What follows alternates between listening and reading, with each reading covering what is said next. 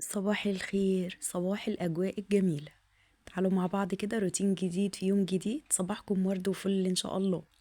أول حاجة بدأت بيها طبعا الشيبس بتاعنا الجميل ده. بعد لما بصحى من النوم أصلي كده ركعتين، وبعد كده على طول بقرأ شوية قرآن. يعني ما بكملش حوالي 10 دقايق.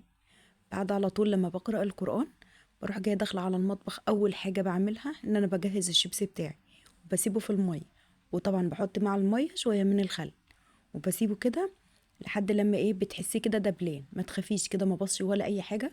قلت لك برضو المره اللي فاتت ان لما بيدبل كده بيديني نتيجه حلوه اول لما بتحطيه في الطاسه. طيب اول حاجه بعملها على طول زي ما انتوا شايفين كده، بروح جايه مقشره حبايتين من البطاطس او 3 حبايات ودي اول حاجه بجهزها للفطار بتاعنا. النهارده بقى روتيننا حلو جدا جدا، والفطار بتاعنا كمان يعني حاجة موفرة موفرة، وهتاكلي لحوم وكل حاجة. مش عظم، لا طبعا، لا هو في عظم بس في لحوم. كنت جايبة معاكم العظم ب50 جنيه قبل كده. وبص حبيب قلبي بقى، شلت الريش والحاجات دي، وكان في قراقيش والحاجات دي، بصي بوريها لكم. فطبعا وجبت نص كيلو من اللحمة وقسمته على مرتين. زي ما قلت لكم كده العظم دوت هيعمل لي شوربة كده عظمة. بصوا ما شاء الله، يعني بوريكم كده ان هو فيه لحوم. بتقولي له عايزه ريش، عايزه عكشه، عايزه غراب، يعني اي حاجه من الحاجات دي. هتجيبي تشكيله كده من كل حاجه ب10 جنيه. جبت كده ربع كيلو اللحمه، يعني كده يا حبايب قلبي ربع كيلو اللحمه والعظم بتاعي دوت كده 100 جنيه. فكده ما شاء الله فطار ب100 جنيه وكله لحوم، ويعني بروتين كامل يعني كده زي ما انتوا شايفين. هحط بقى يا حبايب قلبي كده اللحمه، وتعالوا بقى عايزين نعمل شوربه عظمه. هنعمل هنحوجها كده تحويجه كويسه كده تمام. بصلايه كبيره كده محترمه بنت حلال كده وبنت ناس، وتجيبيها كده تقطعيها وتحطيها كده تقطعيها شرايح، وعلى حسب زي ما انت عايزه. ممكن كمان تعمليها مرتة. بس عشان خاطر انا هحط بقى خضار كتير. انا عايزه الشوربه بتاعتي كده تكون يعني بصي بقى شوربه لحم شوربه خضار اللي انت يعني تقوليه. فعايزين نحاول نوفر في الميزانية على قد ما نقدر. حتى معاكي فلوس ما معاكيش فلوس لازم توفري في الميزانية، لأن انتوا عارفين طبعا ان كل لما بتدخلي قدام بتلاقي أولادك بيكبروا مصاريفهم بتزيد. فطبعا لازم تعملي حساب الأيام دي. بص حطيت كده حبايب قلبي البصلاية وطماطمية، جزر، وكمان فلفل. انا عايزه بص زي ما قلت لك كده حاجه تديني كده طعمه حلو. بحط كمان ملح، فلفل اسود، ما بكترش الفلفل اسود، وشويه من الكمون، وشويه بهارات لحمه، وبحط كبابه صيني، وكمان رشه من جوز الطيب. هنبشر كده بشرايه كده يعني على الخفيف كده على طول. حاجه كده تديني طعم حلو. وكمان ضيفي 1 أو 2 من الحبهان، وتضيفي كمان ورق لورا ومستكة. مش قادرة اقولك بقى حاجة كده بتقلبلك كده كل الموازين. ونسيبها بقى تغلي غليتين كده، وبعد لما تغلي نروح جايين بقى نروح مهديين عليها النار. ويسيب اللحمة كده من الصبح كده حباب قلبي. يعني بصي انت بتصحي مثلا الظهر اعملي الشيبسي، واول لما بعمل الشيبسي على طول رحت معلقة على اللحم. ليه بقى؟ علشان خاطر انا عايزاها على نار هادية، ما بعليش النار عليها. اللي هو بقى لما اكون مستعجله. دي برضو يعني حته كده من من القرفه، وحطيتها كده زي ما انتوا شايفين. هتبدا تفور معايا ونبدا نهدي عليها النار. دي كمان، ده كان عندي كده طبق فاصوليا من الروتين اللي قبل كده، مش اللي فات لا طبعا. لو رجعتوا لورا هتلاقوه. كنت عامله العظم كده وكنت عامله معاكم الفاصوليا. فتبقى معايا كده طبق ما برميهوش، لا انا بحطه في الفريزر او في التلاجة. مثلا لو عايزه اسلك اي اكله كده. بس هنعمل طاجن حلو جدا جدا جدا بالشوربه باذن الله. يبقى انت كده وفرتي في الميزانيه. حاجه ب100 جنيه عملتي منها اكله حلوه، وهنعمل منها طاجن حلو، وهنعمل شوربه عظمه كده باذن الله. بس خليكي معايا كده للنهايه ان شاء الله. زي ما قلت لكم انا بعمل كده الروتينات بتاعتي، يعني فيها توفير حلو جدا. وكمان لو مثلا عايزه تخربيها في يوم ماشي، مش مشكله ولا اي حاجه. بس المهم مش هنخربها قوي ان شاء الله. هنعمل اكل عظمه وحاجه حلوه وحاجه جميله وطواجن وصواني وكل حاجه ان شاء الله باذن الله تعالى. ويعني والمحمر بقى والمشمر والحاجات دي يعني. فبصوا بقى يا بنات، يعني لازم نعمل كل حاجه كده ونحاول ان احنا نوفر في الميزانيه باذن الله، بحيث ان احنا ما نرجعش في اخر رمضان نبص نلاقي الميزانية بتاعتنا ايه، يعني خربت معانا. لا ان شاء الله باذن الله تعالى مفيش خراب، مفيش تدمير، مفيش اي حاجة. بصوا بقى، بعد ما حطيت كده، يعني كان في طبقين كده بقى مكان الشيبسي بقى والحاجات والحوارات، وكان اللحمة والحاجات دي. والطاسة دي بقى ايه، غسلتها كده عشان نحمر فيها الشيبسي كده تبقى نظيفة. آه على قد ما تقدري اغسلي الطاسة بتاعة التحمير أول بأول، لأن انت عارفة بتسرقنا كده، وبين يوم وليلة بتلاقيها كده اسودت، وبصي حالتها كده بالبلة. فنخلي ايدينا فيها على طول، ولحد لما ايه مثلا تتبهدل ولا كده، نعمل لها اي كده ايه مسحوق حلو كده ان شاء الله يخرج كل اللي فيها. وقلت بقى ايه كده حبيب قلبي، نشطب ايه كده شوية الايه الاطباق دي. اي طبق معاكي يتهدر ابدأي اغسليه على طول اول باول. وفضيت كمان الفاصوليا في حلة صغيرة كده، ورحت جاية سايباها كده ايه لحد ما تفك براحتها. فدي الحاجات اللي كانت موجودة عندي. وكمان كان عندي العلبة فيها المخلل، هوريها لكم دلوقتي. بحب اخلل فيها جدا، وحلوة جدا وعملية. بعمل مخلل يعني حاجات بسيطة، يعني ما اعملش ايه بكميات كبيرة، بحيث ان اولادنا وكده يعني تعرفين الاولاد بيسرحوا كده في المخللات والحاجات دي. فصراحة انا ما بحبش اعمل كمية كبيرة، احب اعمل كده ايه كمية على قدي. اي حاجة بقى موجودة عندك، فلفل، جزر، ورق كرنب بقى يعني، بص اي حاجة من الحاجات دي. فبصوا بقى حباب قلبي كده ايه، نغسل كده المواعين ونخلص كده بقى، ونروح بقى ايه نصلي كده، ونقعد كده نستغفر ربنا سبحانه وتعالى. نصلي على الرسول عليه افضل الصلاة والسلام. خلي لسانك دايما كده معطر بذكر الرحمن. ان شاء الله نطلع بنتيجة حلوة، نتيجة التوفير، ونتيجة ان احنا نطلع ان شاء الله يعني بصوا كاملين مكملين، وربنا يرضى عنكم وعنا ان شاء الله، اللهم امين. احنا عايزين ربنا يرضى عننا ان شاء الله. يعني حاولي ان انتي تتقربي لربنا سبحانه وتعالى، وحاولي على قد ما تقدري ان انتي تستغفري ربنا علشان خاطر يغفر لك ذنوبك باذن الله. مفيش حد معصوم من الذنوب طبعا على وجه الارض. يعني انتي لو ضربتي ابنك كده يعني قلم صغير كده على وشه، انت كده بتاخدي ذنوب. يعني في حاجات كتيرة جدا جدا بتلاقي نفسك بتاخدي عليها ذنوب وانت مش حاسة، يعني حاجات بسيطة جدا.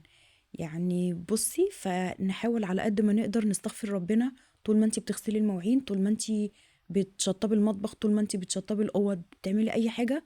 حاولي ان انت تستغفري ربنا على يعني على اي حاجة، على السراء والضراء، كل حاجة. يعني كل حاجة كده. حاولي كده ان انت تراجعي نفسك كده اخر اليوم، وقولي امسكي كده الورقة والقلم، شوفي كده من اول الصباح لحد لما جيتي بالليل كده. يعني انا عملت ايه ذنوب النهاردة، ايه الحلو اللي انا عملته النهاردة، ايه الحاجة الحسنة اللي انا عملتها النهاردة. وحاولي تراجعي نفسك كده اخر النهار. لا انا في حاجة عملتها غلط، يبقى حاولي ان انت ترجعي عنها. وفي حاجة مثلا عملتها صح، عملت حاجات حلوة النهاردة، ربنا يعني هيجازينا عليها خير بإذن الله. فحاولي ان انت على قد ما تقدري تراجعي نفسك، وتشوفي ايه الاخطاء اللي انت بتعمليها، علشان خاطر ما تقعيش فيها تاني مرة. فطبعا نخلي لساننا دايما معطر بذكر الرحمن. دايما خلي لسانك برضو بالصلاة على الرسول على طول عليه أفضل الصلاة والسلام. يعني هنحاول بالاستغفار، الصلاة على الرسول.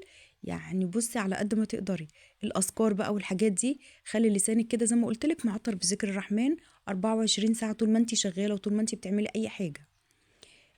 طبعا انت قبل ما بتقومي تعملي اي حاجه، يعني مثلا انا في الفجر بصلي الفجر واجي انام، اللي هو قبل ما انام كده مثلا هقوم الصبح ان شاء الله اول حاجه هعملها الشيبسي، اول حاجه هصلي، اول حاجه هعمل معرفش ايه، هطبخ كذا النهارده، هعمل كذا. بتكوني مرتبه نفسك انت عارفه، ما تقوميش بقى ان انت تحسي بتوهان كده، وتحسي ان الدنيا كده ايه بدأت تلخبط معاكي.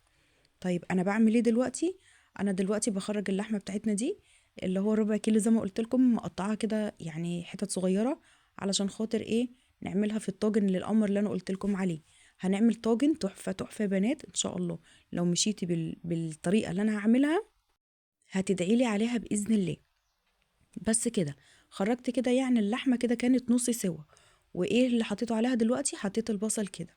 هنحط معلقة من السمن البلدي، ونرفعها كده على النار، ونبدأ نحط الايه التوابل بتاعتها. هنحط ملح وفلفل اسود، ما نكترش الملح يا جماعة. يعني ملح، فلفل اسود، وكمون، وطبعا ايه بهارات لحمة، رشة من جوز الطيب ماشي. ونبدأ ايه نهدي عليها كده النار لحد لما تستوي كويس. بصوا بقى، لان الطاجن بتاعنا مش هياخد يعني حوالي ربع ساعة في الايه في الفرن. وسبت العظم بقى ايه يستوي على راحته. والله يا بنات هيعمل لكم فعلا شوربة عظمة هتدعيلي عليها بإذن الله. حاولي بس تجيبيها كده مع اللحمة، وحاولي كده تظبطي ايه في الميزانية زي ما قلت لك. يعني مثلا ما اجيش في يوم اعمل اكلات يعني مهولة كتيرة بكميات كبيرة، وحرام يا جماعة، لا ما ينفعش. طب ما انا كل يوم انوع في الاكل، بدل ما اعمل مليون صنف على السفرة، طب ما انا اعمل ممكن صنف واحد او اتنين وحلو كده، ونحمد ربنا على كل حال. طيب انا دلوقتي في الوقت دوت بعمل ايه؟ انا حطيت كده حبايب قلبي السمنه، وبدات كده ايه احط كمان معاها شويه زيت في الحله وفي الطاسه، وبدات انزل كده ايه بلسان العصفور. هنحمر لسان العصفور كويس. الحله التانية دي هنعمل فيها الرز باذن الله. وزي ما انتم شايفين كده العظم على النار وكل حاجه كده تمام، وفضيت الفاصوليا كده في الحله. شلت كده العظم كان استوى معايا، وبدات ايه اجهز للطاجن بتاعنا. الطاجن بتاعنا بقى يا جماعة يعني حاجة كده تحفة، حاجة يعني بصوا مش قادرة اقول لكم طعم كده، يعني مش قادرة اقول لكم كده تحفة. ادي زي ما انتم شايفين كده حبايب قلبي، وريتكم كده العظم والشوربة. هنشيلها بس دلوقتي وهجيب الطاجن بتاعنا كده. نبدأ بقى ايه نجهز الطاجن علشان ندخله الفرن. في الوقت دوت بقى كده كان خلاص كنت بعمل الرز بقى، وعايزين بقى ايه نحمر كمان الشيبسي. حطيت ايه بقى على لسان العصفور؟ حطيت كده معلقتين من الصلصة زي ما انتم شايفين كده، وببدأ ايه اقلبه. دي هتديلي طعم حلو جدا. وبصوا بقى يا حبايب قلبي، هنسيبها بس كده ايه دقيقتين كده على النار، وهنبدأ نرفعها على طول على الطاجن. هنبدأ ننزل كده بالايه بالخلطة بتاعتنا الجميلة اللي عملناها دي، البصلاية مع الايه مع اللحمة. مش قادرة اقول لكم هتوديلكم الطاجن ده في مكان تاني. يعني مكان تاني بقى على حسب بقى، يعني هتروحي انتي وراه بقى في اي مكان تاني. المهم ما علينا. حطينا كده لسان العصفور نزلنا بيه كده تمام ما شاء الله، ولا حول ولا قوة إلا بالله. هننزل عليها بقى بالشوربة، يعني كده ايه شوية شوربة كده محترمين كده. وزي ما انتوا شايفين كده حبايب قلبي، انا صفيت الشوربة كده الاول في الطاسة، وبدأت ايه ارفعها كده. طيب ايه اللي هنعمله دلوقتي؟ دخلت الطاجن في الفرن، وبدأت ايه احمر الشيبسي بتاعنا. وزي ما قلت لكم بصوا شايفين ما شاء الله، بحط معاه الخل. واول لما بحطه في الطاسه كده زي ما انتم شايفين بيفرد معايا تاني بيبقى دبلان. وزي ما قلت لكم كده هنبدا بقى نعمل الرز. وفي الوقت دوت كده ايه جهزنا اكلنا كده زي ما انتم شايفين. بصوا حبايب قلبي كده، ادي طاجن لسان العصفور القمر. مش قادره اقول لكم والله يا بنات جميل جدا، جربوها تدعوا لي باذن الله. عايزه اوريكم بس ان هو استوى. شايفين كده ما شاء الله، والطعم حكايه حكايه يا بنات، يعني حاجه كده ايه فوق الخيال. وبكده عملنا صنف جديد في يوم جديد. عملنا فكرة لسان العصفور، بدل ما نعمل رز مثلا ولسان عصفور وحاجات من دي، لا عملناه في طاجن ادالي ريحة وادالي طعم. وده العظم بتاعنا. يعني في ناس مثلا ممكن تشمئز من كلمة عظم، بس والله العظيم بيعمل لي شوربة تحفة يا بنات، بيعمل شوربة مش قادرة اقول لكم عظم زي ما قلت لكم. وادي الرز وادي طبق الفاصوليا اللي احنا عملناه. وطبعا ايه نجيب كمان الشيبس بتاعنا الجميل دوت. عملت شوية شيبسي بقى مش قادرة اقول لكم الطعم برضه حكاية، يعني حاجة كده ايه تحفة تحفة يا بنات يعني. وحاجة انت عارفة مصدرها من يعني طالعة من تحت ايدك نظيفة. وبكده جهزنا سفرتنا الجميلة. باقي بس ايه طبق الشوربة الجميل القمر. عايزة اوريكم بس طبق الشوربة، شايفين البهاريز اللي فيه؟ حاجة كده ايه روعة، حاجة كده ترم العظم زي ما بيقولوا يعني. تعالوا بقى ايه هنرص بقى ايه. احنا بنقعد ارضي طبعا، بنرتاح صراحة يعني. والله هو نفسي اعمل سفرة بس ان شاء الله ربنا يصلح الحال. بصوا حبايب قلبي كده زي ما انتم شايفين، ادي لسان العصفور بتاعنا. وطبعا في ناس دلوقتي هتقول انت ما عندكيش سفرة. انا لو وريتكم زي ما قلت لكم البيت اللي انا كنت قاعدة فيه كان يعني اوضتين مفيش صالة، اوضتين مفيش صالة يعني. ان شاء الله باذن الله تعالى هوريه لكم. فالمهم بصوا حبايب قلبي، ادي السفرة بتاعتنا القمر والعصير وكل حاجة تمام. وزي ما قلت لكم كده ادي 100 جنيه عملتي اكلة معتبرة. مش شرط ان انا اروح اعمل كميات اعمل مليون صنف، لا كل يوم محتاج، فاحنا عايزين نعمل كل يوم صنف جديد وحاجة جديدة. وبنسعد بها اولادنا طبعا.